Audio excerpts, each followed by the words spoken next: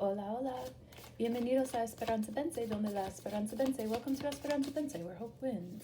I am shuffling up some chakra cards here.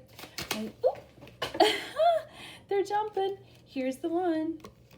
The sacral chakra. Svadhisthana. The sacral chakra is the second chakra in your body's system. It is associated with your emotional body, creativity, and sensuality. This chakra's energy is characterized by flexibility and flow. This chakra is often described as the first step to our ladder of consciousness. Cool, man. Well, if y'all want to meditate on that, and I just thought that would be a cool supplement to our energies that we're pulling in for this Aquarius full moon today. I'm a little late getting this video out. I usually do it at least a couple of days ahead of time and kind of, because I can feel this moon energy usually 3 days prior, or if not a week prior, we start to kind of feel the vibes coming in. What are Aquarius vibes, you ask? Well, I would be happy to tell you that Aquarius vibes, I like to think about the energies around the zodiac wheel in terms of polarity, because it's a circle, 360 degrees, so 180 degrees across, you're going to find an opposition, a polarity. And within each sign, you're also going to find some level of duality. But I do feel like we live in that type of universe where people understand zeros and ones and sometimes ones and twos. So let's talk about where the sun is, because when the sun and moon are opposite each other, that's when you get a full moon. So the sun right now is in Leo. What is Leo? Leo is me, my heart, my courage, my vibe, my ego. How do I shine out into the world? The zodiac sign of Leo is ruled by the sun. The sun gives life to this earth. The sun gives us warmth and energy. 8 of Cups jumped. I'm sorry, 9 of Cups jumped while I was talking about that. That's a wish fulfillment card. So that's cool.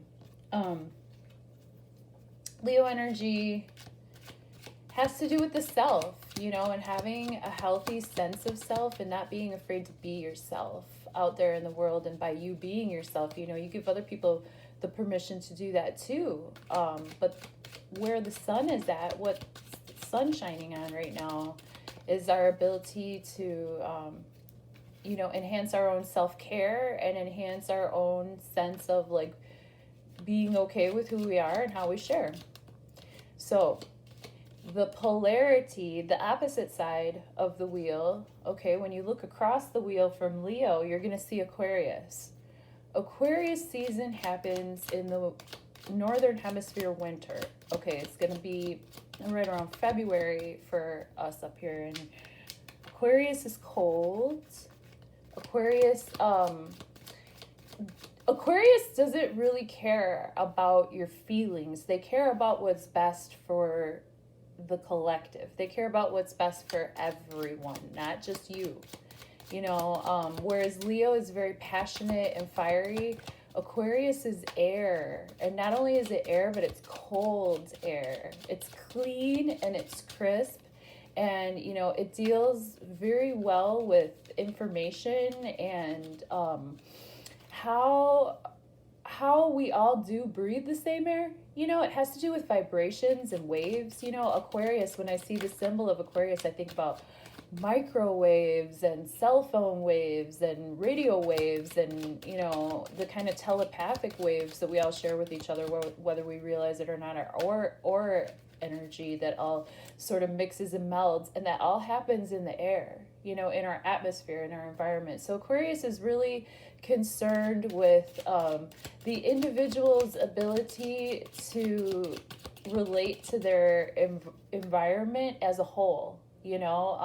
How does the individual fit in within the group and what is best for the group? Aquarius also deals with thinking outside of the box, coming up with new ways to move forward as a collective humanity. It's not as concerned though with the individual goals. It's more concerned with higher mind projects, like how do we all ascend to 5D consciousness together, or whatever. No woo-woo shaman left behind, right? Like, I mean, and Aquarius is a humanitarian sign. Aquarius could be really concerned with how others are doing and how can we equalize a little bit, how can we balance our experience to some degree, and give off our energy in healthy ways, so that like all the air that we breathe is healthy. And that would be a really good topic to focus on right now, because like literally the air we're breathing right now is not healthy.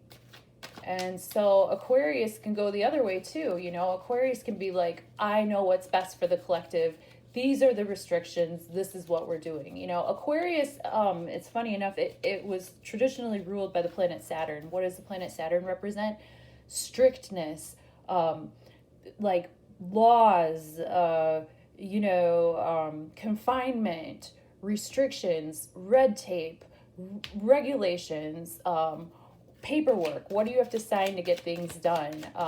Difficulties, but difficulties that are set there on purpose for your growth. Saturn is the daddy that makes you grow up, and if you don't grow up on your own, it'll freaking spank you, and not in the fun way. Whereas in modern astrology, the planet Uranus actually rules the zodiac sign of Aquarius. So it's kind of funny because I guess, Uranus mythologically was the grandson of Saturn, and Uranus is like the young one that goes way outside the box and thinks about outer space. And, we might hear a lot of talk about aliens and the zeitgeist. Somebody asked me what the zeitgeist was the other day.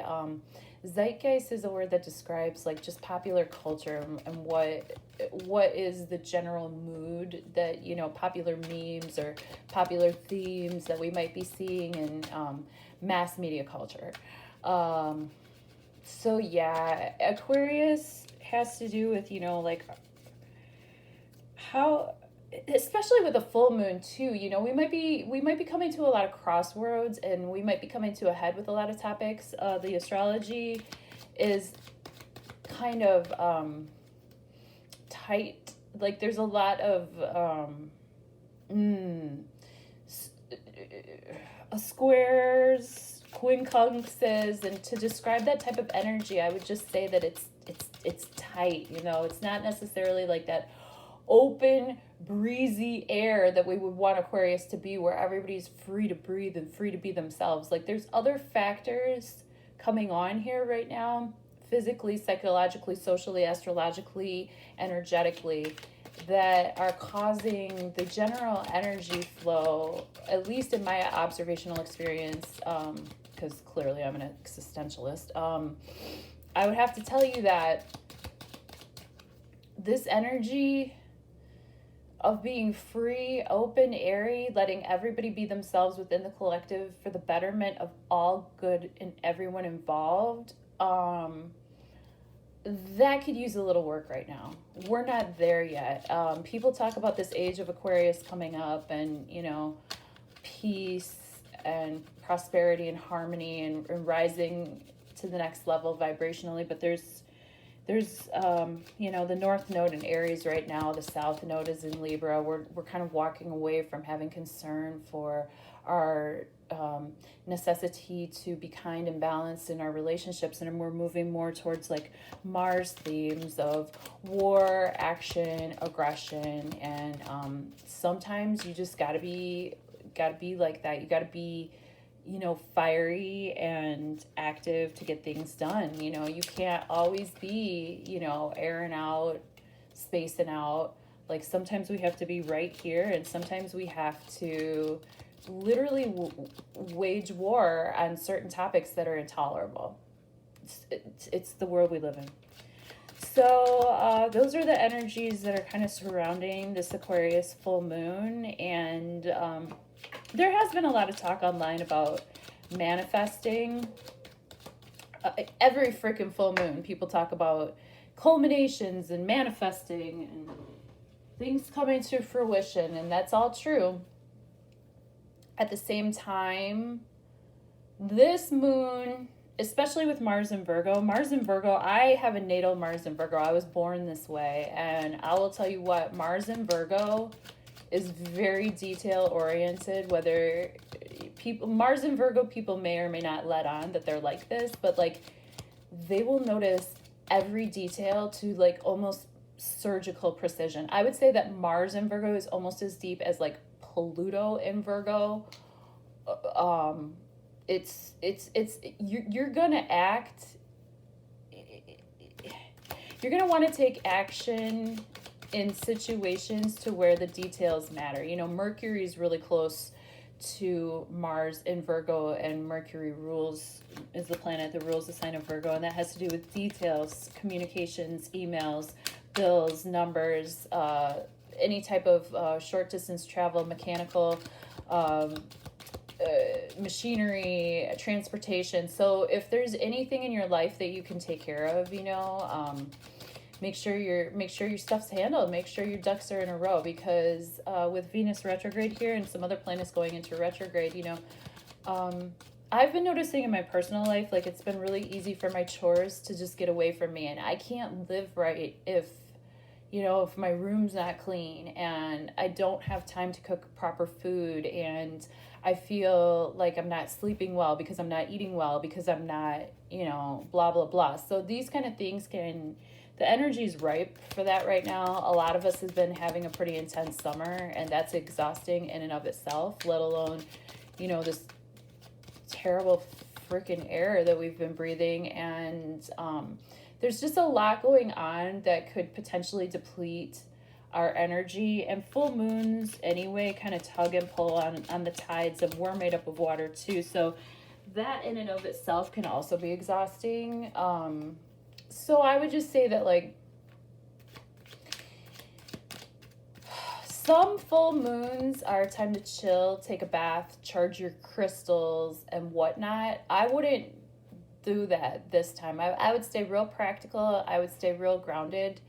If you can, take some time for yourself if you're feeling a little bit too frazzled and dazzled, and, it's been a busy summer, whether we're having fun or whether we're busy with highly charged emotional things, good or bad, however we, kind of judge the situation. Some people think that certain emotions are good or bad, but what I'm trying to say is that stress, whether it's good stress or bad stress, is still stress, and it can still affect, our nervous system and our adrenals. And if you can, and if you're blessed enough to take a day or two and just clean your house and catch up with your own self and your own personal things, I would say that this is a good moon to do so. I would say that this moon, the energy is ripe for not just like thinking and imagining, oh, I'm gonna mentally manifest, I'm gonna get myself in the mindset of this and that. Yeah, it's good to get yourself in the mindset of things, but like you also want to water and give your Leo light to things in your life that are already growing. And if something in your life is taking energy from you without replacing that energy, if not replacing it and giving you some extra, you might be able to leave that to the side during this full moon. This full moon, it's like the sun is in Leo and the moon is in Aquarius. So yes, we still are concerned with all involved, but it is a good time to water and give light to your own personal projects that you're passionate about that need to flourish and grow. Because the way things are going, like, we can't depend on others to do it, to give us space to do that for ourselves. So for this Aquarius full moon, what energies are we pulling in? Everybody that's tuning into this video, I'd like to really just take a second and appreciate you. Thanks for just listening to me BS about tarot. I really like geeking out on the tarot, and I really appreciate that you guys are gonna like geek out on the tarot with me and kind of nerd out on the thing that I nerd out about too, because it makes me really happy to share, and I really appreciate that it makes you happy to share with me. And if you're interested in a personal reading, you can always hit me up on esperanzavence.com, poke around the website.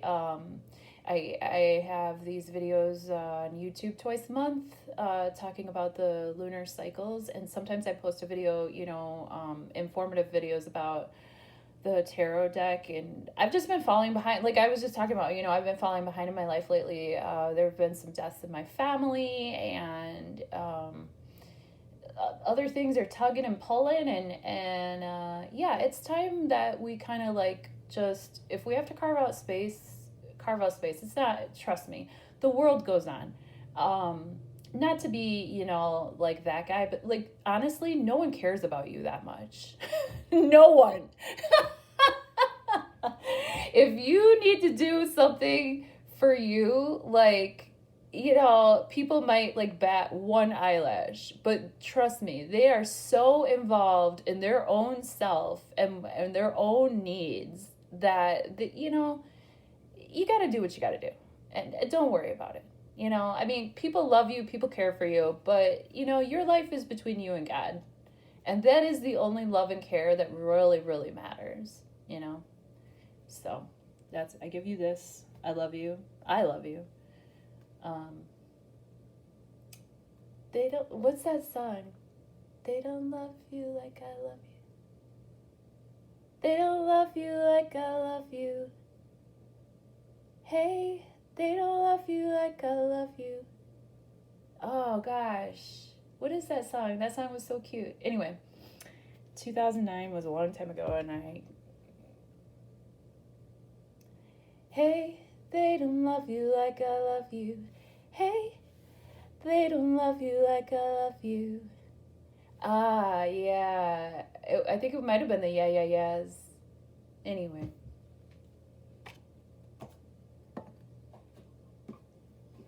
Fullmoon in Aquarius. Tarot, tried and true. What's it say? How do it do? Help me say what I can see. Tarot, talk to me. Thank you. All right, let's play.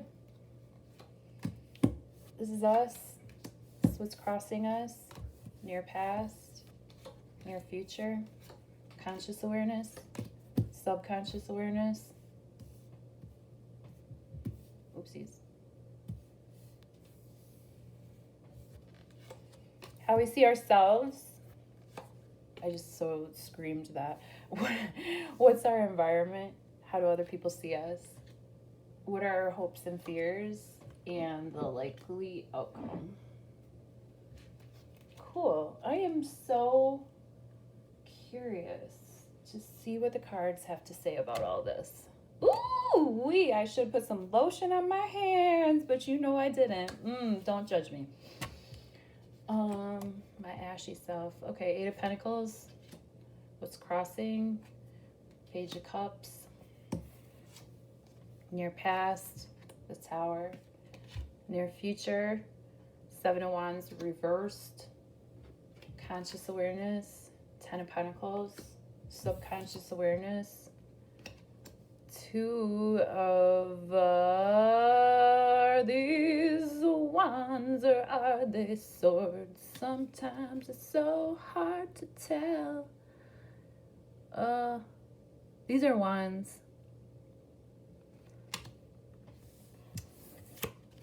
How do we see ourselves?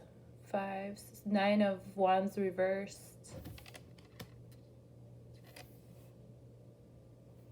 How do others see us? The Lovers. What are our hopes and fears? 6 of Pentacles. And the likely outcome. 7 of Pentacles.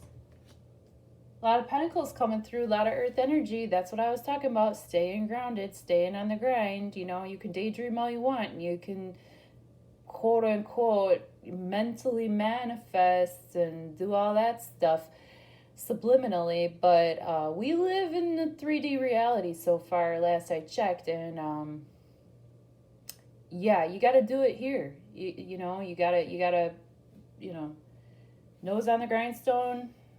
And out of them pills. All right. Who are we? 8 of Pentacles. What's the 8 of Pentacles? The 8 of Pentacles is a card of hard work. it's just a card of like putting the effort in.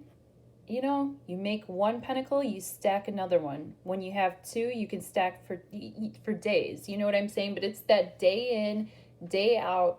You show up, you do the work, and you know that in the end, you're going to be rewarded eventually as your pentacles stack from 8 to the 9 to the 10. You know what I'm saying? And we do have the 10 in our conscious awareness, you know, so as something that we're thinking towards, you know, we want to make it from the 8 to the 10, but we're at the 8 right now, and the 8 is just like hard ass work, you know, and it's not necessarily creative work either, you know. In the general Rider-Waite tarot deck, which is you know, kind of like the traditional tarot deck that a lot of readers use, that I use a lot too.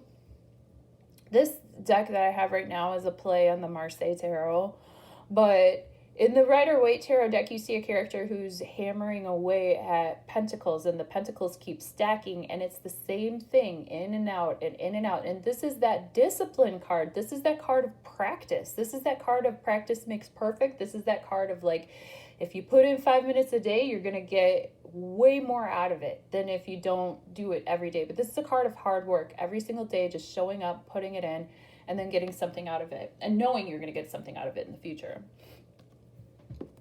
As a challenge, we have a Page of Cups. Page of Cups is a Cancer, Scorpio, could be a Pisces. But this is like a person coming in with a new offer of love, or this could be somebody who is new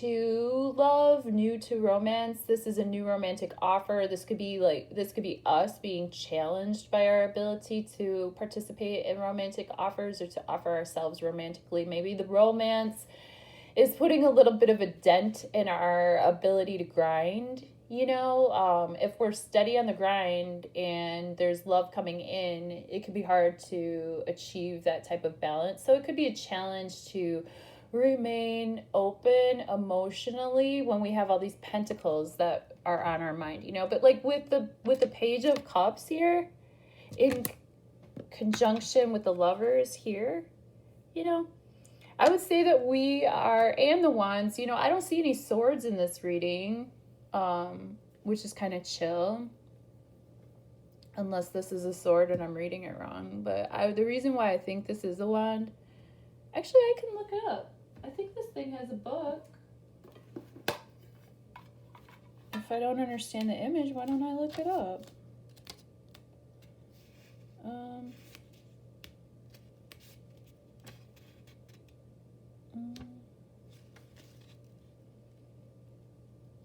Yeah, it's a wand. Bâton. All right.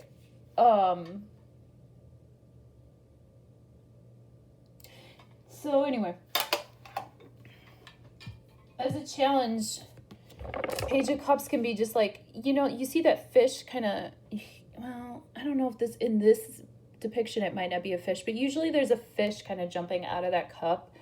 And this person's so fixated with the fish, it's like they can't sip the cup and they can't offer the cup because the fish is just popping out, sort of surprising them. So it's almost like a surprise declaration of love that like you didn't really expect coming in, and it might just sort of like throw you for a loop when you're steady on your grind and you're just kind of like doing your thing, trying to stack your pentacles towards, in your conscious awareness, you know, towards a 10 of Pentacles moment. You know, you're thinking about 10 of Pentacles at this current juncture. 10 of Pentacles is usually depicted with a, you know, an elder, a couple of like childbearing age, their 2 kids, like well-bred dogs, you know, they're out in the town, they're established, they have generational wealth, they're known throughout the community. People understand that this is like a well established family that has balance and structure, and not only within themselves but within the greater community. And 10 of Pentacles is a really great marriage card. You know, to see the Page of Pentacles, the 10 of Pentacles, the Lovers all in the same reading, you know, those can indicate, those are marriage indicators. And you know, at this time of the full moon, you know, we might be thinking about how to establish our legacy. In the subconscious awareness, 2 of Wands, I've decided this is a 2 of Wands card. 2 of Wands card is that, You know, you have the world in your hands. You've already established what's important to you, what makes you tick, what are your passions, what creates the fire inside of you. And you have that established next to you, and you come with it. And then you have the other wand in your hand, and you're ready to sort of like offer that out to others besides yourself. Like, this is the part to where it goes beyond just you and God, you and yourself. It goes from you and yourself and God and being secure with your Leo self. And then you have the other wand that you're about to offer out towards society and offer to the greater world. And then, like, in the Three of Wands, you're going to have to see what comes of it, you know? But the Two of Wands is like kind of putting yourself out there, and subconsciously that's sort of driving this whole story, is the fact that we already have our passions established, and now we're beginning to put ourselves out there in a very real and functional way. And that's sort of propping up this entire story. In the near past, we have the Tower, La Maison 2. The Tower is probably pretty common in a lot of tarot spreads these days, especially with Uranus being in Taurus. It's literally earthquake energy. It's the energy of being shook, you know, like the bottom fell out, the rug got pulled out from under. You're very surprised, and not necessarily in a pleasant way, but you know that these surprises and these sort of little bursts and blowouts, you know, have led you to another path. Like, it's up to you to determine what to do with that path, but like, it shook you from one path to the next. You know, you had to change lanes. You had to get on a different track, you know, like sliding doors. You know, it's not easy, but it was necessary to guide you to where we need to be. In the near future, we have the Seven of Wands reversed. So with the Seven of Wands upright, you know, we're dealing with a situation to where we have to defend ourselves constantly. We constantly have to maintain the high ground and defend our position. And in the near future, we can look forward to like being able to just put that wand down and just be understood. We don't have to fight for our position anymore. You know, things will become apparent, you know, situations will unfold, and narratives and timelines will continue to intersect, and just by no means of our own, things will become apparent, and like we can sort of start to pull back from having to just like swing at everything that's coming at us, or to feel like things are coming at us. You know, when it's in reverse, the Seven of Wands is more of like things are laying down. Things aren't necessarily coming at us anymore. We're standing there and the wands are like laying down. Things can calm down a little bit here. How do we see ourselves in this situation? Nine of Wands in reverse. So again, you know, the Seven of Wands and the Nine of Wands are really actually pretty similar. I feel like the Nine of Wands, though, the character is still maintaining the high ground. They're still in a winning position. But here, how we see ourselves, I mean, in the upright, we're real battle weary. You know, we're real sick of this struggle of having to, like, take our victories and yet work so freaking hard and justify what we need to do for ourselves. And, you know, everybody's kind of coming at us with their own BS.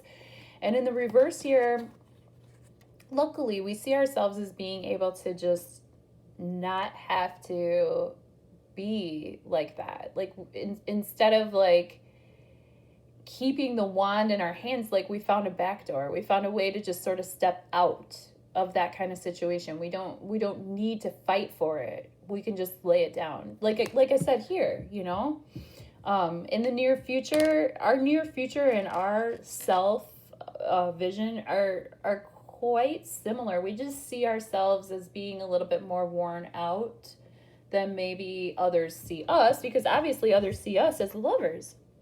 The Lovers is strong Gemini energy. It's energy of having to make a very significant choice in life. Like, these people are choosing each other. They're choosing the soulmate path. You know, we can choose a soulmate path within ourselves. We can choose the soulmate path with our passions. If we choose to do, you know, music, or become a physician or a healer or an astronaut or a fisherman or a, you know, whatever, an undertaker.